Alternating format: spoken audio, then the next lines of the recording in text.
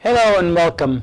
My name is Biagio Mazza, Pastoral Associate at St. Sabina Parish in Belton, Missouri, and I'm here to welcome you to another Do You Know question. Today's Do You Know question is, do you know what the story of the Magi is all about?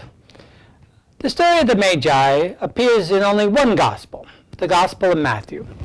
And primarily the focus of the gospel story is to show that Jesus did not come just for Jews, but Jesus came for all people, Jews and Gentiles, the non-Jewish world.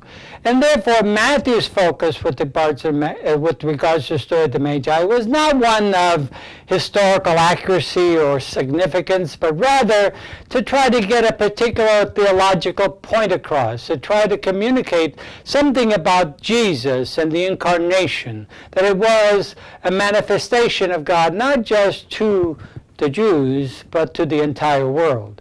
And so Matthew structures the story as a revelation of God to the Gentile world represented by the Magi.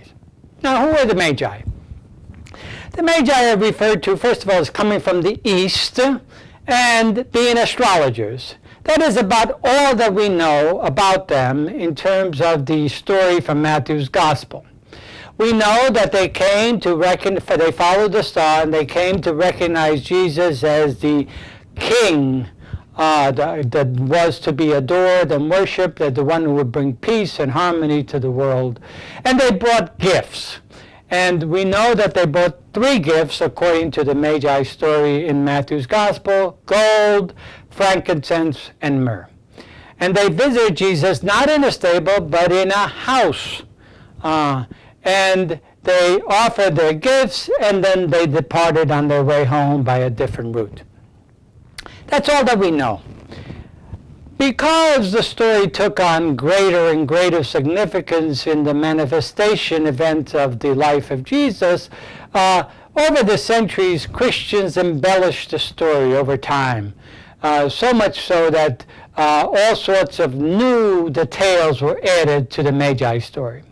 In the 3rd century, for example, we get the idea that there were 3 Magi. And this was done on the basis of the 3 gifts that they brought in the Matthew's account. They brought gifts of gold, frankincense, and myrrh.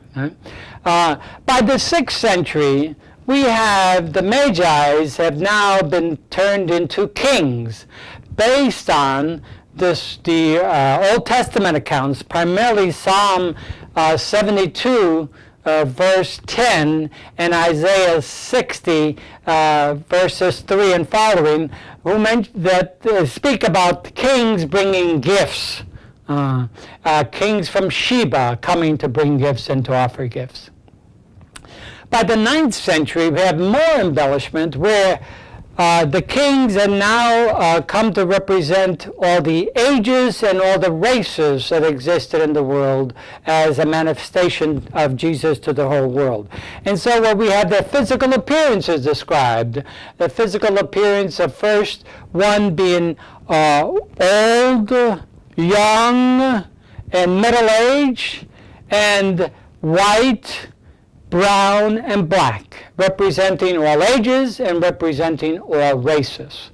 For example, today we even get the specifics of Melchior, the names that were given to the Magi, now kings, were Melchior. Melchior was the oldest of the 3, and he was white with a usually picture of a long white beard, and he brought the gift of gold.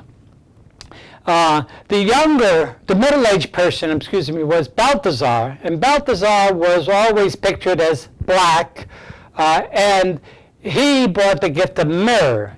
And finally, you have the youth being represented by Caspar, who brought the gift of incense, and he was of a darker hue, representing brown, or the brown nations, and so on.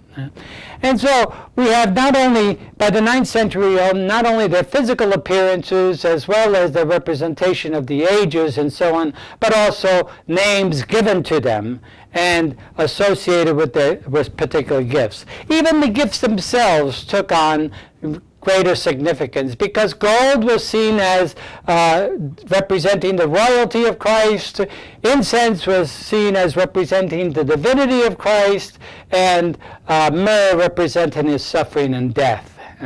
And so many of these traditions were embellished because they do not appear in any of the Gospels and so on. And many of the additions were embellished simply because the story took on great significance in the religious imagination of most Christians. One final thing that's also associated with the Magi is the blessings of homes, which are supposed to occur on January the 6th, the Feast of the Magi.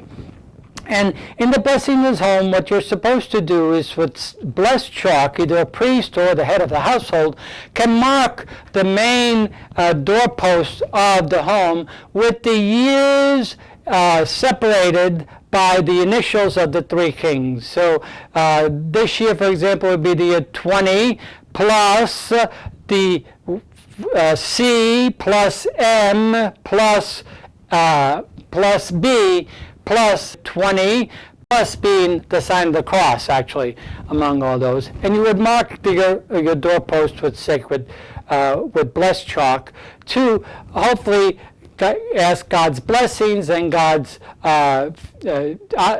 blessings on the home, as well as the manifestation of Christ to all who enter this house.